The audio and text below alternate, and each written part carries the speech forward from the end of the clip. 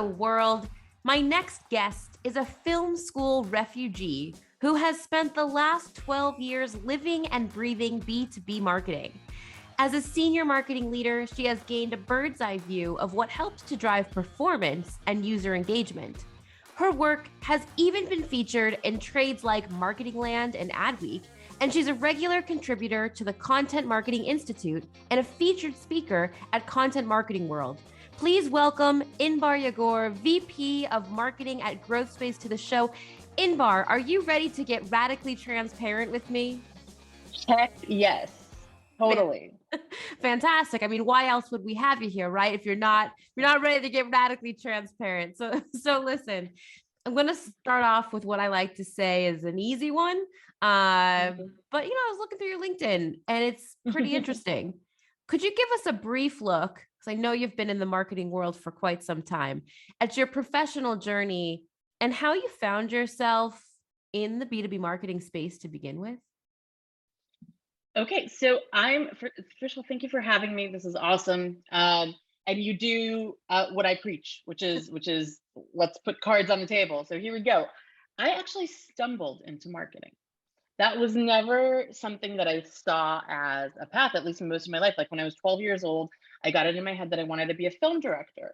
And I'm generally a stubborn person. And so I just kind of took that thread and brought it all the way to grad school. I have a master's degree from the American Film Institute Conservatory in film directing. At the time, I was one of 4 women in a class of 28 directors. And it was a wild journey, which basically made me not want to be in filmmaking anymore. So here's what I realized. I realized that if I wanted to be a director, I needed to be a megalomaniac and I needed to have really thick skin, and I'm neither of those things. And so it took me a while to get there. Like I made some shorts. I did the whole Hollywood thing for a little while. I've got some wild celebrity stories, but maybe that's for a different podcast. But it was like, okay, I'm kind of done. And I decided to move back to Israel because I knew there were more funds there and there was more support. Plus I felt a little like too much of an outsider in the States. And within 2 years, I found myself doing content marketing. Like I was a rarity, native English speaker in Israel is not something that happens often. And so I ended up kind of doing content marketing for early stage startups. And this was right when Startup Nation was happening in Israel. So this is 2010, 2011, like a lot of up and coming startups. And my expertise became Americanizing startup sites. And it was really interesting because I didn't have a website of my own. It was all word of mouth. And I made a living like that for 3 years and it was kind of awesome. But then Taboola comes around. I was looking for a place to kind of rest as I was I had a high risk pregnancy. I had to stay at home and I was like, okay, I need a company where I can do a long-term freelance contract and not have to hustle and drive around and get new customers. So I found Taboola. Taboola found me. Anybody who doesn't know, the widgets that you see at the bottom of articles, you may like more from the web. So that's Taboola, but the good ones are Taboola. I know those things have kind of, not all of them are as kosher as others. Taboola is the number one choice for brands. And I'm proud to say that I helped bring it there. So they initially brought me in 2013 to just kind of figure out what needs to go in those boxes, because I was a creative and I was doing, basically content marketing and I was a writer. And I stayed. So I came on as a freelancer and I spent 4.5 years there. Basically my job was at the time, I didn't realize this was product marketing, but it was product marketing. So it was kind of anytime a new solution came in for advertisers, I would come in, work with strategic account, do a soft launch, and then help the actual launch and do thought leadership. And that's kind of where I think I started establishing it, really establishing myself as an expert there. And the reason is, it's hard for me to say this about myself, but it's true. But the reason is because for 4.5 years, I was talking to some of the biggest brands in the world, right? I got to sit in the room with Fortune 500 companies and talk to them about their content. and how they could, make their content work on Taboola. And it was this amazing kind of magnifying glass into what everything is doing. So I'm like the rare B2B marketer that has seen a lot of B2C, like a lot of B2C. And so, and that kind of rolled over for most of my career. Like I moved into content marketing, technology, and I did that for a few years. And basically once I left Taboola, I became a VP. So I've been kind of a VP at early stage startup for the last 5 years or so. And I really feel like the thing that I'm most kind of passionate about, best at, is content, which kind of makes sense considering that I have 8 years of training in the field. It's like, hey, I used to joke that my master's degree was the lowest ROI degree in the history of the world, but it's actually, maybe when you think about it, maybe not so much, because it kind of informs what I'm doing now. I do obviously more than that these days, right? As the VP, I deal with like paid acquisition and conversion rate optimization and SDRs and all that other stuff. But my passion and my soul still lies in just creating really, really kick-ass content. Can I say that? You can Really say that. great content. Listen, you can say that. And I think we all know as B2B marketers, it's about the quality of the content. And especially today when there's just so much, and I know we're going to get into this, but I love that you've come from a creative background, because I know there's always the great debate, right? Is marketing an art or a science? So I love when we have creatives on the show. So based off of what you shared of your history and kind of knowing where you are now as VP marketing, what is keeping you up at night professionally these days? Okay, so here's the thing, and I think I'm not the first to say this, right? Well, I'm going to talk about COVID. Like everybody's sick of COVID, but there's a reason I'm going to talk about COVID, right? So first 6 months or so of COVID, people were like super like tapped into things. Like I would have webinars with like completely like super high engagement rates and a lot more people show up than usual. I would get like, I did a whole thing with email marketing early in COVID that literally like helped resurrect the business. Like I was in marketing that with a business that was hit fairly badly with like the COVID, crash. And literally email marketing resurrected because people were super connected because everybody was like, what's going on? What's going on? And then like in 2021, there was like this shift and everybody was just kind of over it, and the result is that engagement rates just kind of plummeted. There is like this, and I mean, we're talking about fragmentation of attention everywhere, but it's gotten so bad. Yeah. And there's so much noise out there. At the end of the day, it's like, what can I do to get people's attention? And that is becoming increasingly more difficult as we go through this crazy time. I feel like people kind of, got into their own little camps, and there's not necessarily any more collective digital experiences, because we're very, very fragmented. And that's kind of what keeps me up at night, is like, how do I get people to, especially in an early stage startup, like all you do at an early stage startup is like, hey, look at me. Yeah, we're awesome. And that used to be much easier than it is now. Yeah. So that's what keeps me up at night. I don't blame you. I hope you get some sleep, and just kind of what you were saying with all of the noise, right? Like, how do you stand out? I know that topics of authenticity, right? If we're just, throwing out kind of all the pivot, authenticity, relevant, all of these keywords that us marketers know in the past few years have been at the top of the game. I think what's interesting is where we are now is when you think about performance and authenticity, right? Now there's kind of like this war on what is authentic. And then if it's even really authentic, if it's driving strategy, because then it's intentional, right? So what's that true? Yeah. But again, probably a topic for another day. What I'm curious to know, right? Because you mentioned, right, and I'm with you, right? Like we're here with you, like the digital noise and just standing out in the crowd. It's not easy.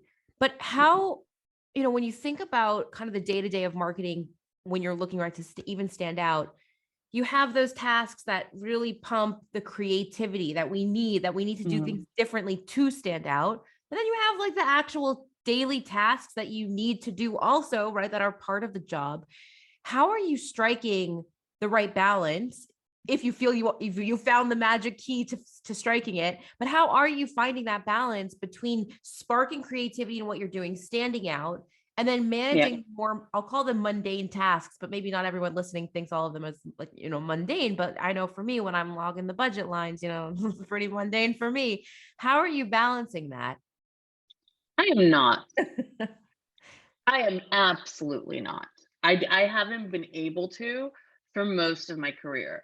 And I'd be lying if I said, oh yeah, so we just do. No, that's complete BS. Like there is no balance, because at the end of the day, you need to report to the pipeline gods, right? When it comes to B2B, how many, like it depends on whether you're doing product-led growth or if you've got kind of a longer tail product, like how many sales meetings did you get on the calendar this month? And like if you're not getting enough sales meetings on the calendar, everything else is just poof. Now, of course, you've got little moments where you get to be creative, right?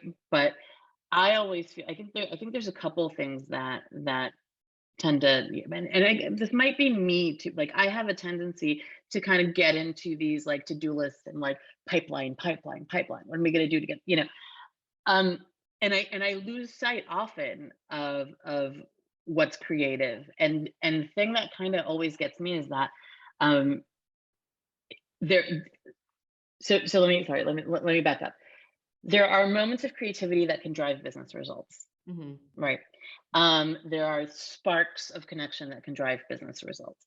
I don't think that I think part of the problem is that marketing teams don't get enough resources. I'm just going to be right. Marketing is always like um, the money pit, so to speak. Right. Marketing.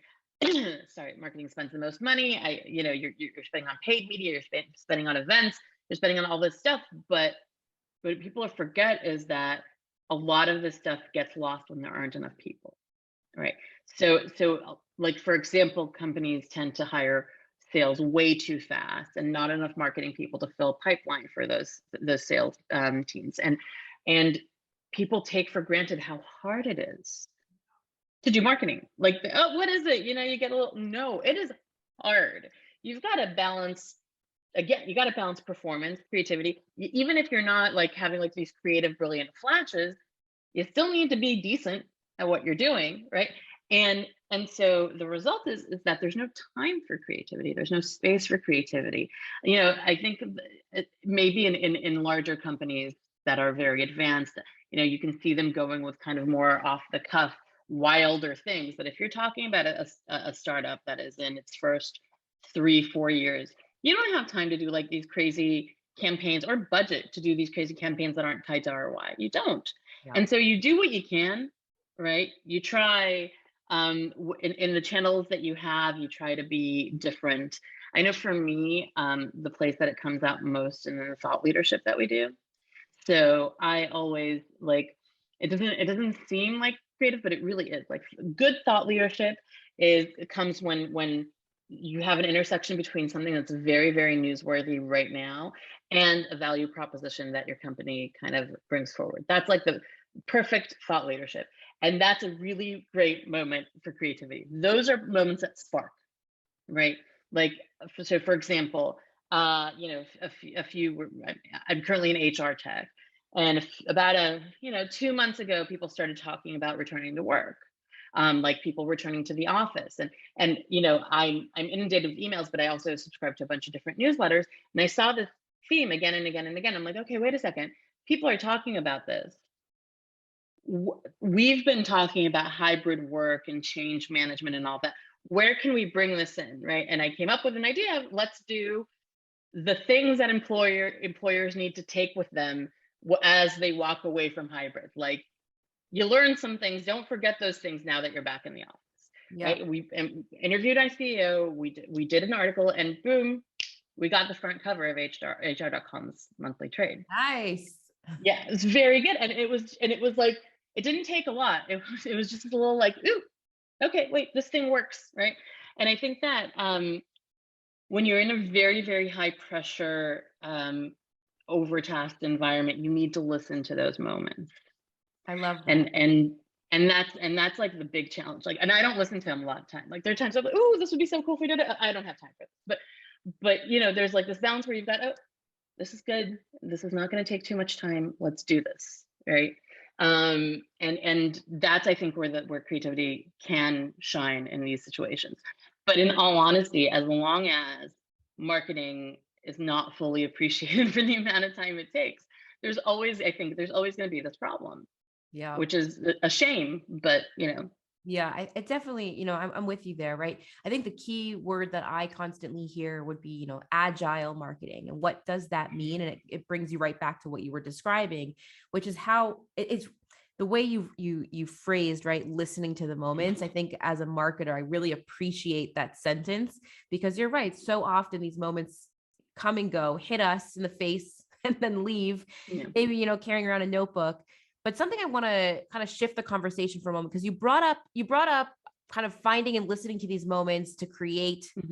essentially what you coined as, right, the perfect thought leadership that would resonate most. Mhm. And it kind of leads me, whenever I think about thought leadership, I always tend to connect it hand in hand with personal branding as well. I think Mhm. they overlap. Yeah. So I'm curious to know, in your opinion, as a marketing leader, how, right, and you did share about the overlap, but how are you creating thought leadership content and then presenting it as your personal brand that's both smart and enjoyable? Can you give us, maybe, because I'll tell you where this question comes from. I speak with so many marketing leaders, and we get into the debate of, should marketing leaders be sharing their own perspectives on LinkedIn or not? Mhm. Should there be a policy? What if they're afraid to share something? So for any of us listening in on kind of maybe thinking, okay, where do we start, or how do we jump in? Do you have any insight into that? Because I know if anyone's following you, you've got some great posts out there and insights. Thank you. Thank you. So yeah, for a very long time, I did not think about, we'll call it, marketing myself, right? First of all, because it's really hard, because you're busy marketing the company that you work for, right? And I think as I became, and I'm still not good enough at this, let's just be absolutely clear, I'm still terrible at this. But as I started getting invited to speak at conferences, and not as a sponsor, but like of my own accord, right? People started identifying me as a person who has something meaningful to share, just as me, not as this big company who's going to pay money. That's when I started thinking about, okay, so what do I stand for? What is it that I am? And I've always, and this is, I think, where Jen, you and I, there's some synergy here. I use the words radical transparency. Now, I hit on this, and I'll tell a little bit of a story. Please stop me if it's too rambling, okay? But when COVID, like, I would say about, like, let's call it 3 months into 2021, I needed to hire. And I started doing Zoom interviews, and everybody was still basically at home, and you didn't really see people face to face, but I needed to start hiring people over Zoom. How do you hire a person over Zoom? It's insane. And I found myself really just putting myself out there, being really honest about where I am. Like, hey, there's a dog barking. Hey, here's my kids coming in. Tell me a little bit about you, right? And I would always, and this is the other thing, I would always give feedback to the person who I was interviewing.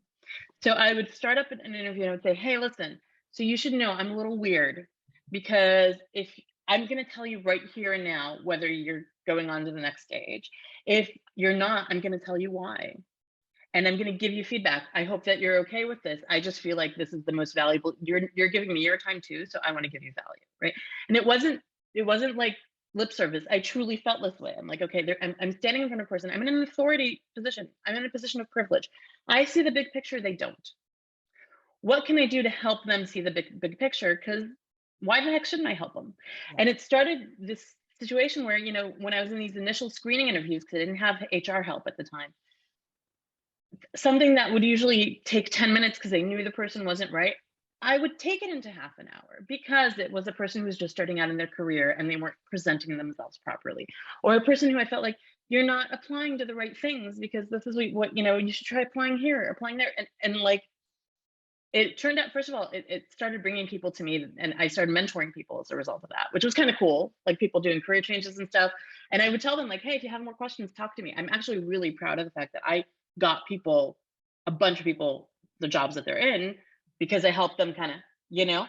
I'm no career counselor, but it was just like, hey, I know what I'm looking for. I know what other people are looking for. Let me share this with you. And it came to the point where that was my favorite part of the job. It's like, I love doing this. Like, let me do more of this. How can I do more of this? Because you're not hiring forever. And then that's when I started posting things that were way more, kind of, hey, you're making a mistake if you're not doing this. Hey, show who you are, show your mess, show your children, like show who you are. And I really started practicing it as well. And I found that it's been kind of a transformative experience for me. So there's always a line, right? You don't want to like complain about where you are. You don't want to badmouth if you're talking about negative experiences. And you always get kind of a little, like you're afraid that people will judge you, right? Because there's a lot of judgment around about things. But I at some point I just said, okay, you know what? I'm gonna stop worrying about that. Like, not saying I'm gonna do everything. I'm not saying I'm gonna like air my dirty laundry out on LinkedIn, but I'm gonna stop worrying about that as much and start talking about what I truly believe, right? And that is that children don't need to be invisible for working mothers, and that is that women get a raw deal in when they're in leadership roles or not, and that is that Zoom backgrounds can sometimes hide hide problems. By the way, I have to do this because I know people are watching this. So I usually don't blur my background. I usually show it like, hey, here's my bedroom. But because we're on a podcast recording and you see this something, this is the only reason. Yeah, this is the only reason I'm blurring my background, just so nobody's eyes. Yeah. But if you talk to me on a regular day, my background's never blurred. You see my dog walking in the background, like kids coming in and out. And so yeah, there was just like this shift that happened when I realized how much I love this thing that I was doing, and I just started doing it in everything. Like, what can I tell people about me that can help them? I love I think too, what's interesting about that, right?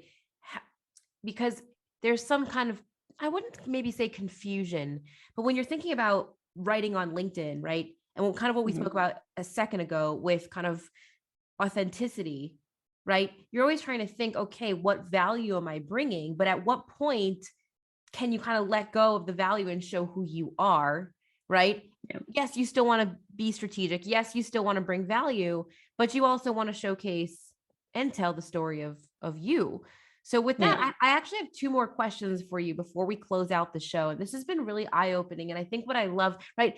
The whole point of the Radically Transparent podcast is to really get radically transparent. And I love that you were so authentic, right? That's the theme of the show, like the episode, but so transparent with us to really understand, right? There is no shame in, sharing who you are. But when you think of yourself as a marketing leader, right? And we spoke about it, there's a lot to balance, whether it's creativity versus tasks, authenticity versus strategy, performance, pipeline versus, you name it, a lot to balance. So how do you make space for you as Inbar in this world?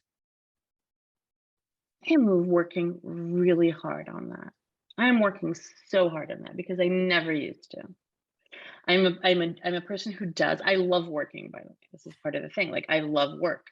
And it's always interesting to me and challenging. And like, I've had a very hard time finding space for myself. But there was honestly like we're being honest, right? In December, I had a bit of like a situation with the family, and like it was a bit of a wake up call for me.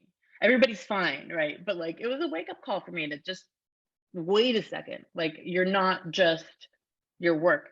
Take a minute, right? And I think since then it's been about 6 months, and I've been really working hard to find spaces for me, and it's and really challenging myself. So little things like on weekends I limit the time on my work email, like using screen time on apps. When I close the computer at the end of the day, I close the computer at the end of the day. Like, I'm not, I don't always, like, I'm not 100%, like sometimes I slip, right? But these little things that kind of, I've been trying to be more mindful of, because really it's so easy to get lost in and sucked into your work. And I'm not even close, I think, to being where I'd like to be with it. Mm-hmm. especially since I'm an overachiever and like I don't have less than 100%. Like that's never happened.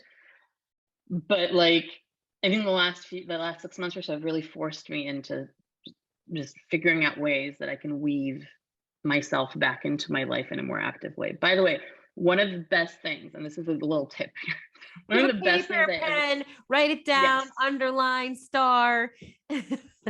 So like, I think it was something like 10 months ago, my best friend lives in Amsterdam. And 10 months ago, we didn't talk properly. Like we would kind of catch up and like we love each other, but we weren't fully up on each other's lives. And I was like, listen, let's put time on the calendar. If I have time blocked out on my work calendar Mm. to talk to you, I'm gonna be there. And it's not time during it's 10:30 p.m. my time. And we put in this block, and it has literally been one of the best things that have happened to me in the last year.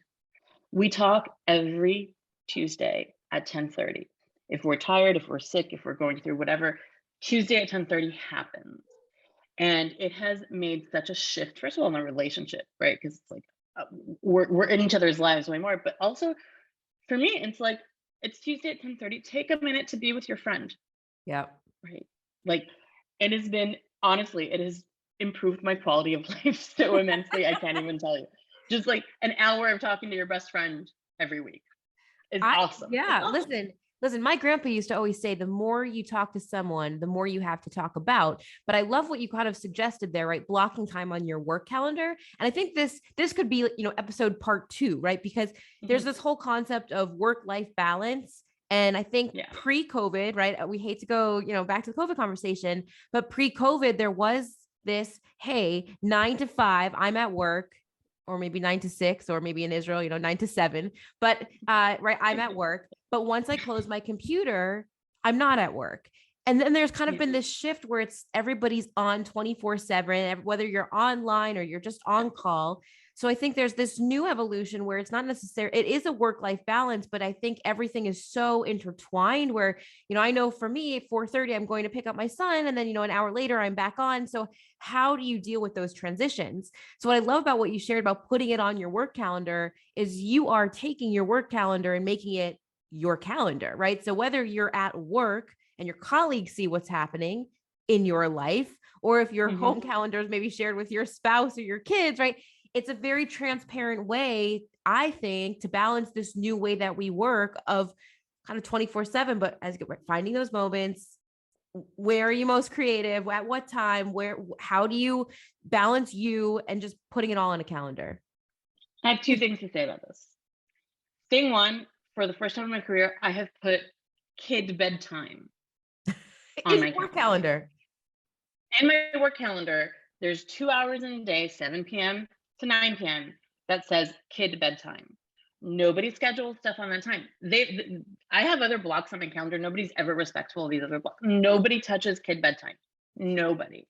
And it's the first time I've very clearly said kid, like I have time with my children, right? And so that's been huge for me. But I'm just gonna be honest, like I don't think I've gotten it yet. Like I don't think I'm there yet. I think I have I think maybe I'm like 40% there, which is better than where I was 6 months ago. But I don't think I'm even remotely close to getting it right. And I don't know if it's even possible. Like I think in a lot of ways work-life balance is an illusion. I think you have times when you're more in your life and you have times when more your work, and it's very hard. There's not a way to do them both at the same time. And so for me, I just kind of muddle through it and learn. And, I try to identify places where I can improve and hope for the best, basically. Don't we all? Don't we all? So listen, last question. We're going to wrap up the show. It's my favorite one. And I'd love to go into all the Hollywood. I didn't forget the Hollywood celebrity stories that you have.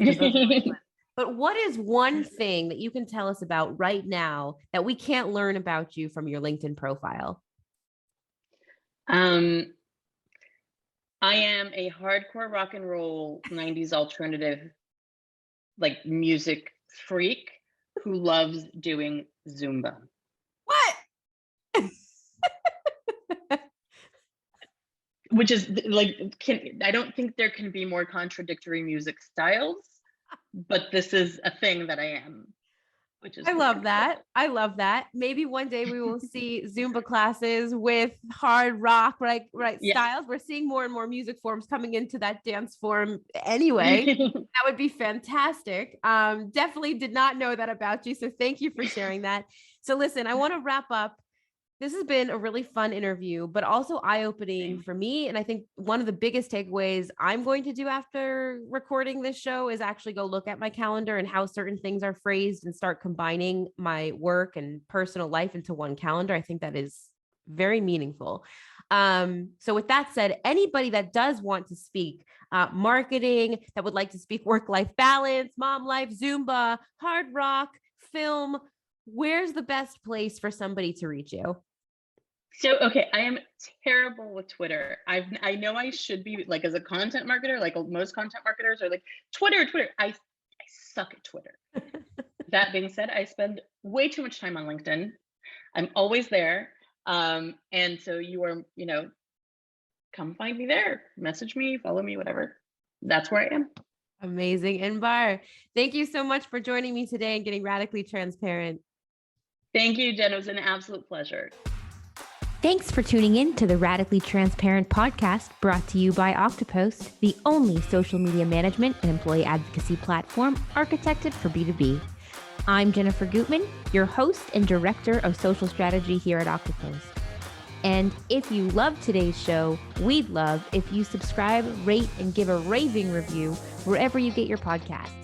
For more discussion on B2B social media marketing, be sure to follow Oktopost on LinkedIn. And of course, to gain access to all our free social media marketing and employee advocacy resources, head on over to our website, www.oktopost.com. Until next time.